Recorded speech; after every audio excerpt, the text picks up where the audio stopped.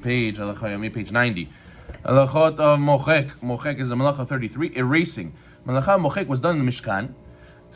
We said last time they used to write the letters on the beam because they had to know which beam went where, and they had to be in the same place every time. But what if they made a mistake? They wrote the wrong letter, so they had to erase. So the purpose of erasing was to correct it and write the proper letter. So the purpose of erasing is ultimately to prepare for future writing. So therefore, it's called Mochek al menat liktov. It's erasing on condition to write. What if you don't have a condition to write anything else? You just erase to erase. So the Melacha Mochek can also be transgressed when erasing for any productive purpose, even if the surface is not needed for writing or drawing. Number one who erases two letters with the intention of writing another two letters in its place, you transgress the Av Melacha of Mochek. However, the two letters that one intends to write must be better than the ones that you erased. Right? You did it better. You did it the ones that were there were not so good, and you wrote a bigger one, a better one. Number two, it is biblically prohibited to erase even one letter, but you would not be chayav karet by doing so b'shogeg. 3, erasing accomplishes a purpose. For example, erasing a note that you owed somebody money, or erasing an extra letter in the Sefer Torah. Right? Because if it's an extra letter, it's pasul. But now you erased the extra letter, now you made a kasher. So it's significant. It served the purpose to erase. Such a thing is prohibited. Even though you didn't erase two letters, which is the bare minimum usually, it's considered Torah prohibition. 4, many poskim say that even erasing with one's left hand, you transgress the Melacha Mochek. Unlike Kotev, where you only transgress Midoraita if you write with your right hand, but not with your left hand. 5, erasing without intention to rewrite is still rabbinically prohibited. 6, erasing letters that are not permanent is also asur midarabanan. Even pouring white out or ink over letters is considered mochek. Like some people take a pen, you cross out words. That's mochek. Putting white out on top of letters. That's mochek also. Now you made it's not readable, it's not legible. It is prohibited even to draw a mere line through letters, because now you're making it that are invalid and it's not readable. Therefore, it's asur.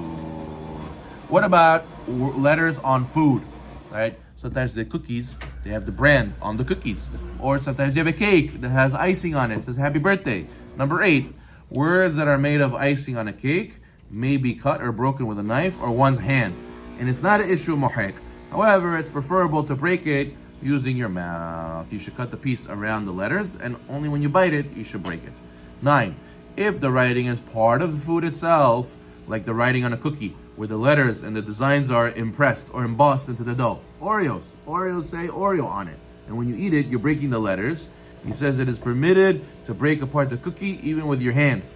And you do not have to be stringent to use your mouth. By the cake, where the icing's on top, there it's better to break it with your mouth.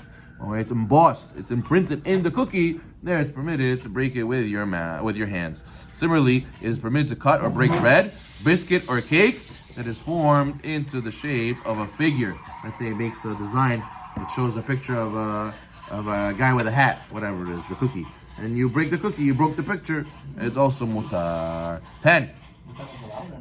What? Mutar means allowed. 10. It is permitted to tear open a package of food, even though you're inevitably going to rip some of the letters printed on the packaging. Right? I'm eating bamba. I open on Shabbat the bamba bag, and I rip the words, the letters bamba. Now you can't read it anymore.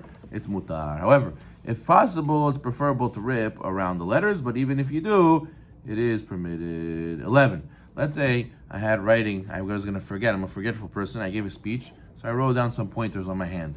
But then on Shabbat came, and I didn't wash my hand. Now I'm washing it. I'm erasing the letters that were written on my hand.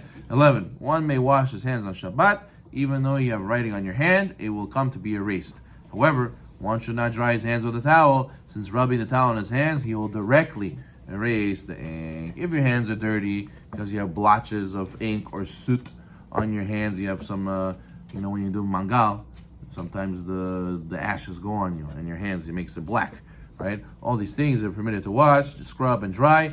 It's not an issue of mochek. Okay, good. 13. According to some poskim, one may not separate two pages of a book that are stuck together. It might come to rip or erase the letter. However, some poskim are lenient, since you didn't have intention to erase anything. Children want to play with chalk in the summer and go on the sidewalk and draw. 14. One may walk on drawings that were made out of chalk on the sidewalk, even though one might slightly erase some of the letters that he is walking on, but definitely for the kids to play with chalk outside or to use crayons on Shabbat is asur. It's forbidden. 15. One may wear socks or clothing that has words or letters on it, even though over time it will get erased. Sometimes if you have socks that have things printed on it, or you buy new sneakers, it says the name of the brand. When you walk on it, sometimes you erase the letters, they fade. That's okay, that's permitted on Shabbat. Okay, so tomorrow we'll continue with Melechet Boneh. Boneh is a very difficult melacha, and there's a lot of details, so it's going to take us some time, but Boneh is very, very critical, important to know. Baruch